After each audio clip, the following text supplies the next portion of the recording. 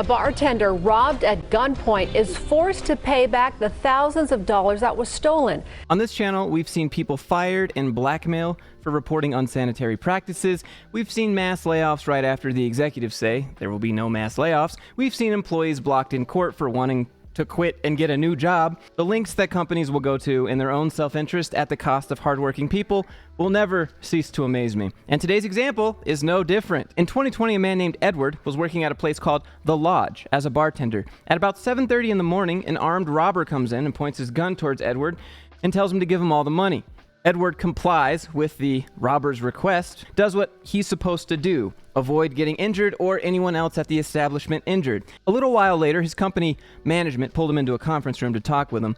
You would think they're pulling him in to ask him how he's doing. How's his mental stability? Does he need anything? Time with family? Time off? Can we do anything for you? A gun was just shoved in your face and your life was threatened. But that's not actually what they did at all. Because hours after handing over $3,900, Parker says his employer told him he had to pay the money back. So this is the paper that they asked Edward to sign. It says, I, Edward Parker, agree to repay the robbery loss of $3,937.35. And the options were to pay back in one lump sum, or they'll just deduct $300 from every paycheck until the amount is paid in full. And then below, I also agree that if I terminate employment prior to total repayment of this agreement, I authorize the company to deduct any unpaid advance amount from the wages salary owed to me at the time of termination of employment. If my final paycheck is not sufficient enough to pay the remaining balance, I agree to pay the lump sum of the remaining balance. So you gotta be thinking, this has to be illegal. This has to be like signing under duress. This has to be coercion, because this happened within hours of a gun being inches away from this man's face. What was the time between when you were robbed and when you signed that document? 3 to 4 hours, tops. It's December 2020. We're in the middle of COVID. People are fighting for jobs left and right. I suppose I let the idea of having a steady job with steady income cloud my judgment. What kind of person, instead of saying, how are our employees doing, goes, wait, our money. Down here at the bottom, we can see approved by supervisor and then human resources signature. You would think that the HR person that let this happen would go, wait, no, supervisor, this doesn't look very good. This is probably going to get us sued. And that's what ended up happening. Attorney Sam Mirajovsky is representing Edward in this newly filed lawsuit. To me, it was such a violation, not just of the law, not just of right and wrong, but also the trust that employees need to have with their employers. The suit accuses the lodge of coercion, intimidation, deceptive trade, and more. It centers around this repayment form Edward says he signed under duress, agreeing to reimburse the bar for nearly $4,000. As for the money, most companies have liability insurance for when things like this happen. So did this company not have liability insurance, or are they double dipping? What can you tell us about whether there was liability insurance, and are they double dipping by forcing Edward to pay them back? I don't know if they're double dipping on the insurance claim, but that's one of the things that we are absolutely going to look into. Fun fact, before Edward and his store was robbed, 2 other locations at the same company were robbed. Considering that 2 of our other properties had gotten robbed before that, a security system would be nice.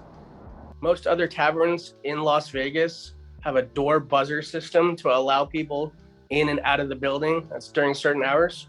We didn't have that. Now, of those 2 bars that were robbed, they tried to get back money from those bartenders as well, and one of them quit because of it. In order to withhold money, Sam explains an employer must prove their employee is responsible for it. Is there some kind of a claim that he didn't follow procedure as far as money kept in the drawer or anything like that? Yes, that's the reason that they gave him for why he needed to pay the money back. And what we'll go through in discovery is show us the books. Show us where a client signed and approved a handbook. As they were working toward filing the lawsuit, Edward filed a complaint with the Nevada Labor Commission, which resulted in a $5,500 settlement, but he declined on advice of counsel. So it does show that there's an acknowledgement that there's a problem. Edwards paid $3,937 back to the company that was robbed, and the settlement check they want to give to him is $5,500. So if you think about it, he's just getting back the money he paid to the company that was robbed. Like, it's not, like it's... I'm hoping to show them that I can lead by example. And if you guys have problems with employers, don't be afraid to speak up. You're not alone out there. And for that, I think Edward deserves a round of applause. If your life is threatened at work, and the first thing the company is concerned with is any potential monetary loss, then it's safe to say they don't care about you or anyone else that works for them. It's unfortunate that you usually only see their true colors when events like this take place. It's all love, and we're in it together, and we appreciate you until money is lost, even if it's not your fault. Edward says he was later essentially fired over a dispute about a single vacation day. He has since left Las Vegas. If you can appreciate me shining a spotlight on this man's story, maybe leave a like. Click subscribe if you'd like to see the other stories I mentioned before and more content like this where we call out corporate BS and just generally terrible companies and the bad things that they try to do to employees they think they can get away with. We're not having that here. So click subscribe. I call it all out. Let me know what you guys think in the comments, and I'll see you guys in the next one.